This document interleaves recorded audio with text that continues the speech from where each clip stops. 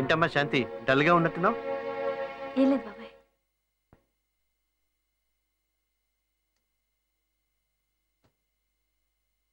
మీ పిన్ని మాటలేం పట్టించుకోకు, అదో చాదస్తం మనిషి. అదేం లేదు బాబాయ్. వచ్చిన దగ్గర నుంచి చూస్తున్నాను, నువ్వేదో మిస్ అయినట్టున్నావు. Any problem?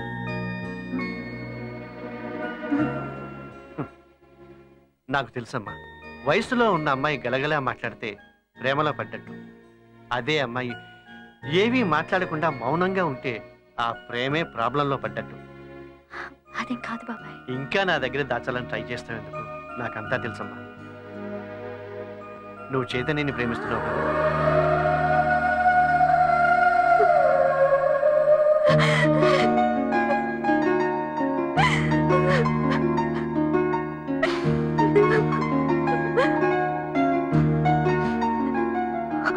అదే నాకు అర్థం కావట్లేదు బాబాయ్. తనను ప్రేమిస్తున్నాన్ని నా వెంట పడ్డప్పుడు అది ప్రేమ కాదన్నాను. కానీ తనను వదిలి ఇక్కడికి వచ్చేసాక ప్రతి క్షణం తన గురించి ఆలోచిస్తున్నాను. తన నా పక్కన ఉన్నప్పుడు నాకు ఆ ఫీలింగ్ లేదు. కానీ ఇప్పుడు పిచ్చి పిల్ల, అదేరా ప్రేమంటే. నువ్వు వచ్చే ముందే చైతన్య ఫోన్ చేశాడు. మీ ఇద్దరి మధ్య ఉన్న ప్రేమ గురించి చెప్పాడు కానీ మీ మధ్య గొడవ జరిగినట్టేం చెప్పలేదు. అతను నీ మీద చూపించే జాగ్రత్తను చూసి అప్పుడే అనుకున్నాను అతనే నీకు సరైన పార్ట్నర్ అని. చూడు, ఆడపిల్లకి తన ఇష్టాలు తీర్చే మగాడి కంటే ఇంకేం కావాలి చెప్పు. అమ్మ శాంతి, ఇప్పటికే అనవసరమైన ఆలోచనలతో టైం వేస్ట్ చేశాం. ఇంకేం ఆలోచించుకో.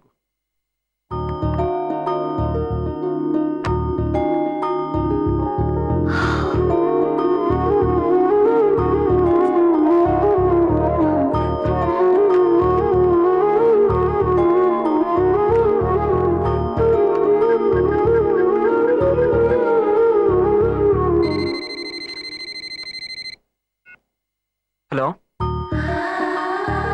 Hello hello hello.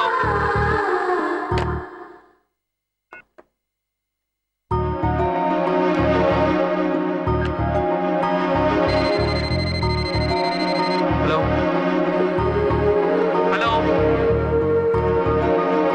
Hello.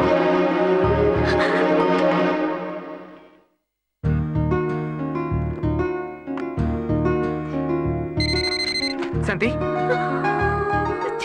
Phone పట్టేకు. శాంతి, ఎందుకు ఏడుస్తున్నావు? అదే అదే అదే నేను నిన్ను వదిలి ఇక్కడ ఉండలేకపోతున్నారా? ఏమైంది శాంతి? నిన్ను వదిలి వచ్చేసాకే నేను నిన్నెంత ప్రేమిస్తున్నానో అర్థమైంది. I love you, Ram. I do love you, Santi. I love you, Chintu. I love you.